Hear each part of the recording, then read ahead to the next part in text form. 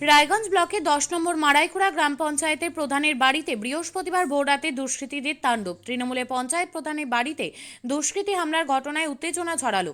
প্রধানের বাড়ি রায়গঞ্জের মারাইকুড়া গ্রাম পঞ্চায়েতের দক্ষিণ দেবীনগর বেলতলা এলাকায়। প্রধান তৃষা প্রামাণিক এবং তার স্বামী কুশল প্রামাণিক বলেন, ভোর 4টা নাগাদ একদল দুষ্কৃতী বাড়ির ওপর এলোপাথারি পাথর এবং মদের বোতল ছুঁড়তে থাকে। এমনকি আগ্নেয়াস্ত্র নিয়ে চড়াও হওয়ার পাশাপাশি বোমা ছোড়া হয় বলে অভিযোগ। এই ঘটনায় আতঙ্কিত হয়ে পড়েন তারা। কেন এই ঘটনা ঘটল তা বুঝে উঠতে পারছেন না তারা। নিজের দলে নাকি অন্য কেউ জড়িত সেই বিষয়ে প্রশাসনকে খতিয়ে দেখছে। এই ঘটনার জন্য উদ্বেগের মধ্যে রায়গঞ্জের বিধায়ক কৃষ্ণ কল্যাণী। ঘটনার খবর পেয়ে ঘটনাস্থলে পৌঁছে যান উত্তর দিনাজপুর জেলা তৃণমূল ছাত্র পরিষদের সভাপতি রন্তু দাস। রন্তুবাবু বলেন, এটা খুব নিন্দনীয় এবং দুঃখজনক ঘটনা। এরমভাবে মাঝরাতে দুষ্কৃতীরা তৃণমূলের প্রধানের বাড়িতে যেভাবে তাণ্ডব চালিয়েছে তা প্রশাসনকে জানানো হয়েছে। যারা এই কাজের সাথে যুক্ত তাদের শাস্তি চাই। এবং ডেজিগনেশনটা যদি বলেন। জেলা সভাপতি উত্তর দিনাজপুর তৃণমূল ছাত্র পরিষদ রন্তু দাস। বলছি যে আজকে 10 নম্বর মারাইকুড়া প্রধানের বাড়িতে যে ভাঙচুর হয়েছে ভোর রাত্রে শুনতে পেলাম, এবং এসে দেখলাম যে তার জানলার কাঁচ থেকে আরম্ভ করে সমস্ত কিছু ভেঙে দিয়েছে, মদের বোতল পড়ে রয়েছে। কি বলবেন এই ব্যাপারে? এটা খুব নিন্দনীয়, দুঃখজনক। কারণ এইভাবে মাঝরাতে দুষ্কৃতীরা তৃণমূল কংগ্রেসের প্রধানের বাড়িতে এসে যেভাবে ভাঙচুর করেছে, এটা আমরা খুব নিন্দার চোখে দেখছি। বিষয়টা পুলিশ প্রশাসনকে জানানো হয়েছে। যারা কেউ বা কারা যারাই এইটার সাথে যুক্ত থাকুক না কেন, তাদের শাস্তি চাচ্ছে। অভিযোগের কার দিকে উঠছে আপনার কি মনে হয়? এটা রাতের অন্ধকারের কাজ বহিরাগত দুষ্কৃতীরা এসে করেছে। পুলিশ প্রশাসনকে বিষয়টি জানানো হয়েছে। রায়গঞ্জের সম্মানীয় বিধায়ক মাননীয় শ্রী কৃষ্ণ কল্যাণী মহাশয়, উনি রায়গঞ্জে নেই, উনি বিধানসভা অধিবেশনে রয়েছেন। তো স্বাভাবিকভাবে উনিও বিষয়টা জেনেছেন ফোনের মাধ্যমে। তো উনি পাঠিয়েছেন আমাদেরকে, বিষয়টা আমরাও দেখলাম। তো এখন পুরো বিষয়টা নিয়ে আমরা পুলিশ প্রশাসনের কাছে দ্বারস্থ হব, এটার একটা সুবিচার পাবো, এটা আশা রাখছি।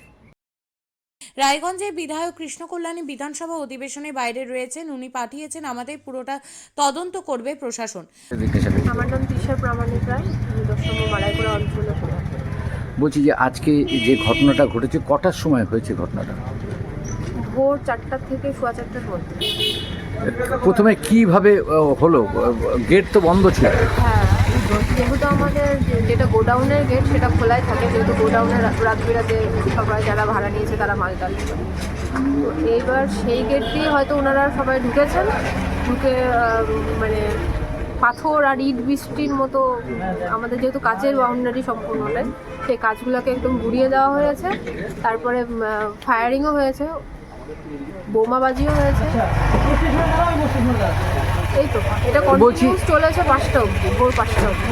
বলছি যে প্রশাসনকে সঙ্গে সঙ্গে জানিয়েছিল? প্রশাসনকে আমরা সঙ্গে সঙ্গে জানিয়েছি, আর আমরা ভাবছিলাম প্রশাসন আরেকটু তাড়াতাড়ি স্পটে পৌঁছাবে, কিন্তু ওনারা একটু দেরি করে ফেলেছে আসতে।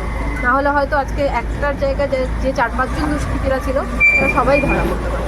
এর পিছনে কোনো অভিসন্ধি আছে বলে মনে করছে?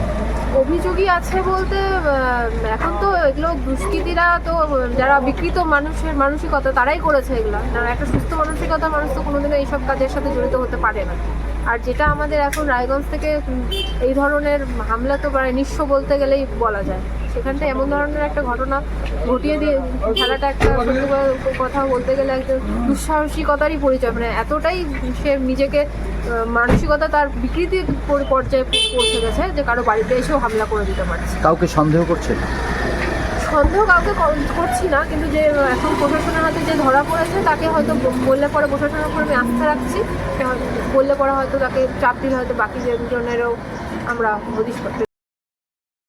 প্রসঙ্গত কিছুদিন আগে পাশের জেলা মালদায় তৃণমূল কাউন্সিলরকে গুলি করে খুন করা হয়। তারপরেও মালদায় আরেক তৃণমূল কর্মীর মৃত্যু হয়েছে দুষ্কৃতীদের হাতে। এবারে শাসক দলের নেতার বাড়িতে হামলার ঘটনায় সংবাদ শিরোনামে এলো রায়গঞ্জের নাম।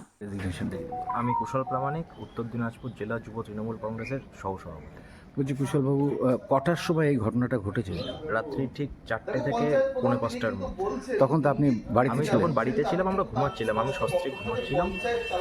তো হঠাৎ করে দেখি যে এরকম এলোপাথারি ইট ছুটছে, পাথর ছুটছে আমার বাড়িতে, গাছগুলো ভেঙে চুরে যাচ্ছে এবং আমি গুলিরও আওয়াজ পেয়েছি, গুলি মানে ফায়ারিংয়েরও আওয়াজ পেয়েছি।